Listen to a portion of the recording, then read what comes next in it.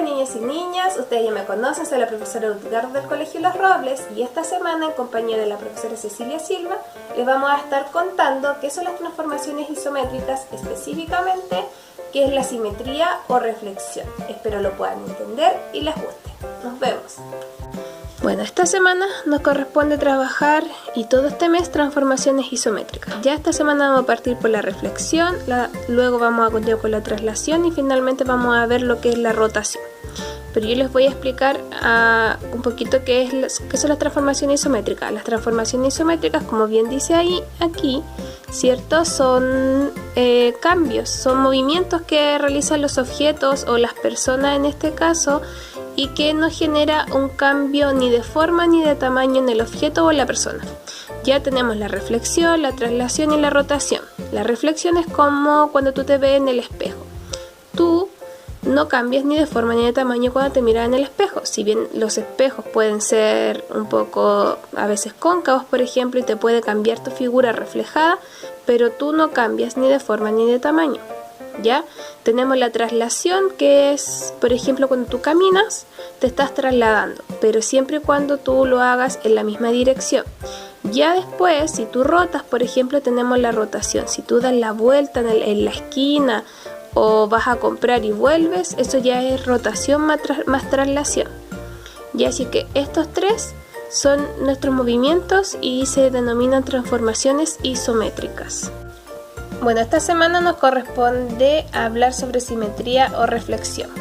Cuando nosotros podemos decir que una figura es simétrica o tiene algún eje de simetría es cuando tú puedes trazar una línea imaginaria por el medio de la figura y esta línea divide a la figura en dos partes exactamente iguales. Es decir, que si tú doblas esta figura por esta línea, vas a ver que este lado coincide exactamente con este otro, hasta las antenitas que tú ves acá.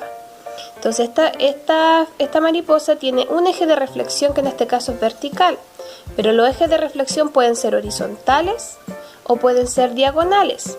En este caso la mariposa no tiene un eje de simetría horizontal, porque si tú trazas una línea vas a ver que las dos partes en las que se va a dividir no son iguales y no coinciden. Lo mismo sucede con las líneas diagonales. ¿Ya? La simetría está estrechamente ligada con la reflexión, pero la reflexión es verse en un espejo, como este león de acá. Ya si tú ves, esta línea o este eje de reflexión es diagonal.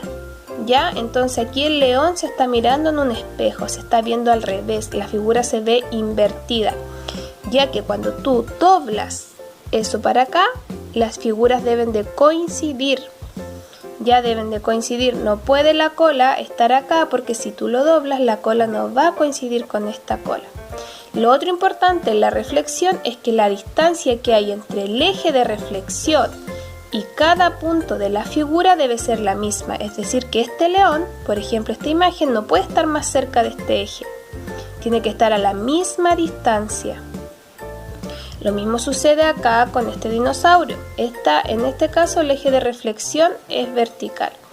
Ya si tú ves acá el dinosaurio y tú lo doblas, va a coincidir todas sus partes, entonces se ve al revés.